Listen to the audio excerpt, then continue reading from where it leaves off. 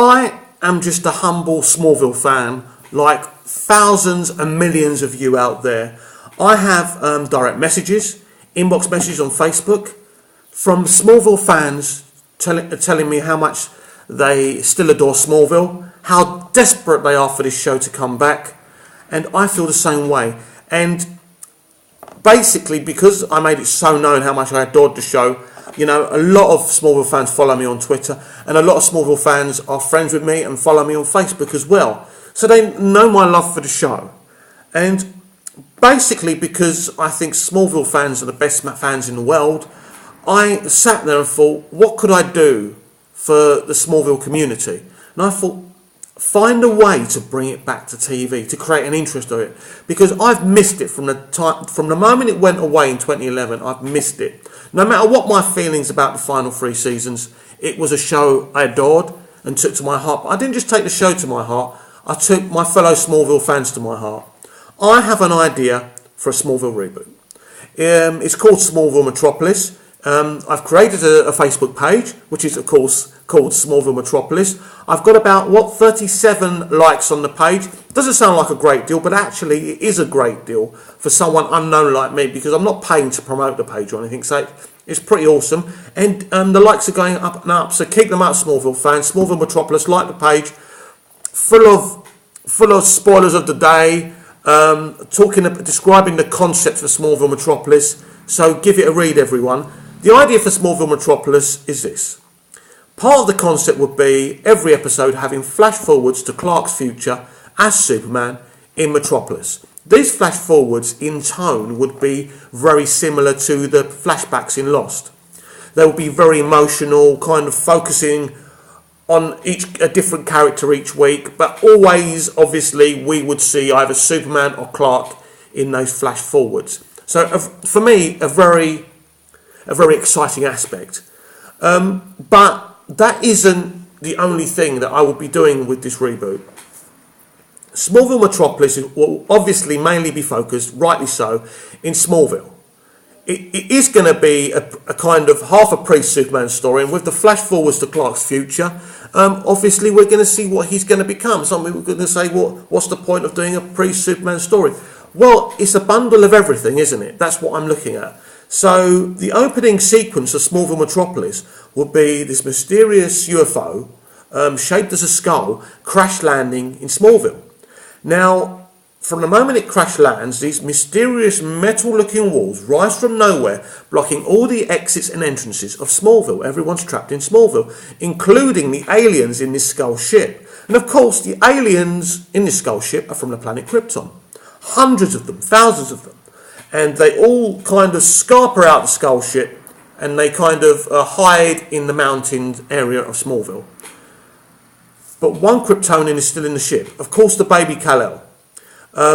Single man or recently divorced Jonathan Kent hears the baby crying and goes into the skull ship and raises Kal-El as his own. Now, Jonathan Kent is recently divorced. He was married to Martha Clark Kent, but her mental illness put a strain on their relationship, so they divorced. She's vanished. He doesn't know where she is, but of course she would return in time, and Clark could be told about Martha all through him growing up. Now, after Jonathan discovers the baby Kal-El, we would be skipping 14 years to Clark, obviously being 14. Now, when we get to that future, already Smallville has got this civil war going between the Kryptonians and the residents of Smallville, the normal human beings. 14 years later, those mysterious metal-looking walls are still block the entrances and exits of Smallville. Everyone's still trapped in the town, and that would be their lives. That's how their lives are now. So within that, they still can live their lives. They can still kind of go to work. They can still go to Smallville High. So all that aspect of the story is still there. But this war between the Kryptonians and the humans would be the big part of it. And where does this leave Clark? Of course, at the beginning of the story, Clark will not know that he's a Kryptonian. He'll know he's kind of alien. He'll know his powers start to develop. But that will be a kind of long drawn out thing. And of course, as part of these thousands of Kryptonians will have Zod, we'll have Lara, we'll have Zor-El, we'll have Jor-El. They'll all be part of it. Of course, they'll be kind of... They won't be the characters we remember from the movies or the comics because they're kind of involved in this civil war. And of course, Jor-El doesn't want this civil war. Lara doesn't want this civil war. But of course, Major Zod, which he will be called at this time, is kind of amped up this hatred for the humans. And the humans are scared of the Kryptonians. So Clark is actually the key. So the whole concept is this civil war in Smallville. These flash forwards to Metropolis. But you haven't heard everything. This was an idea I came up with about 6 months after I came up with Smallville-Metropolis. And my idea is this: the Doomsday Apocalypse. Let me explain the Doomsday Apocalypse to you. Doomsday in the comics is the creature who kills Superman. And Superman, basically, they kill each other fighting. Now, what if every human... What if the Doomsday gene could be spread from human to human like the zombie virus in The Walking Dead? So my idea is it spreads, the Doomsday gene spreads from person to person, and then as soon as they get that kind of gene inside them, they become a Doomsday creature. So this, we'll first see this kind of mutation in the flash forwards in Metropolis, and that's where the Doomsday Apocalypse begins. Or doesn't begin, but that's how we first see it as viewers. Now, how does it begin? Now, if I kind of change kind of tact, in the original Smallville, we had a lot of Lionel Luthor. He'll still figure.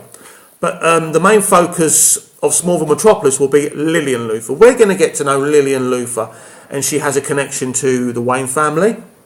It will be revealed that Lex Luthor and Bruce Wayne are half-brothers. And I'll explain all that to you at a future date because there's not much time left because I only get 10 minutes on these videos or they won't upload.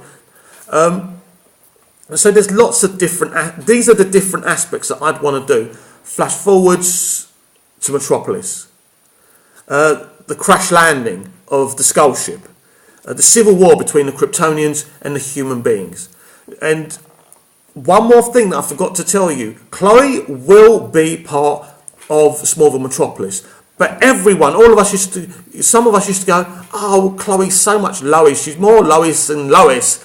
But in this, Chloe Sullivan will actually really be Lois Lane. Let me explain it quickly. Basically, when Chloe was young, when Lois was young, her and her father, General Sam Lane, had to run away from Checkmate.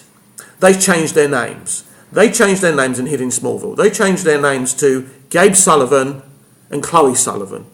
And that is how Chloe can be Lois in this universe. Now, these mysterious walls will actually be portals to the multiverse, which basically means that Smallville-Metropolis doesn't have to be part of the shared DC universe, but it can be if you want it to at any time. And of course, this multiverse would include the original Smallville show. If you wanted, you could kind of do different cameos and just go into that world, in and out of that world. So that's the idea. I'm very excited about it. It's an idea I've been pretty much playing with for a year and a half. But if you're interested in what I've got to say, if you're interested in making this reboot a reality, support the idea, like Smallville-Metropolis, the Facebook page. I'm really excited about it. All of a sudden, people are liking the page after a very long time. I thought this was something that people weren't interested in. I was sad about that because I'm really passionate about this idea. I know it's my own idea, but I actually think this could really work. So pop over to the page, Smallville-Metropolis, click like. I'll do more videos, and please give me your feedback, negative or positive. It's really important. Just be nice when you're doing it. See you later. Thanks very much for your time. Bye-bye.